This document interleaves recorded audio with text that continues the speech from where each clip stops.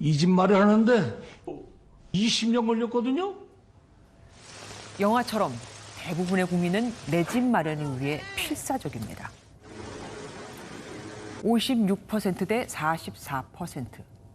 지난해 기준 우리나라 유주택 가구와 무주택 가구의 비율입니다.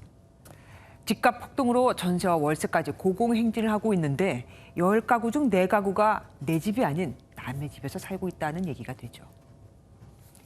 경실련이 발표한 자료에 따르면 현 정부 들어 서울 아파트값이 너무 올라서 5년 전까지는 20년 동안 한 푼도 쓰지 않아야 내 집을 마련하던 게 요즘은 38년이나 걸린다고 합니다.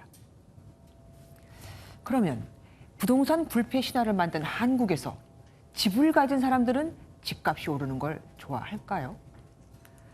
지난 10월 진성준 더불어민주당 의원 등이 의뢰한 여론조사를 보면 국민 10명 중에 9명이 집값이 높다고, 10명 중 8명은 집값 상승이 싫다고 답했습니다.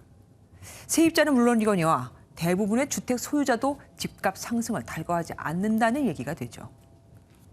그럼 지금 여야의 대선 후보들이 내놓고 있는 공급 확대는 해법이 될 수 있을까요?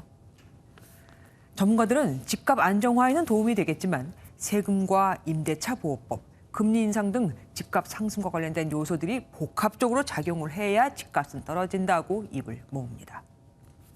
그럼 집값이 폭락하면 국가 경제와 가계 생활에는 도움이 될까요?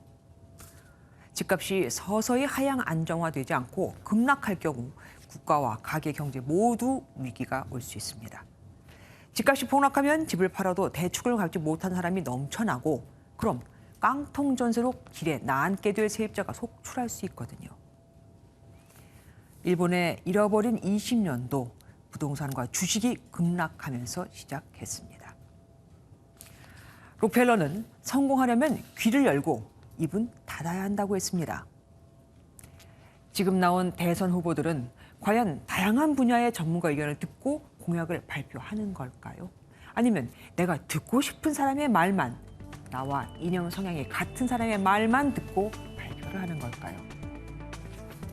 김주아의 그런데 오늘은 집값 폭등 아우성 아시나요?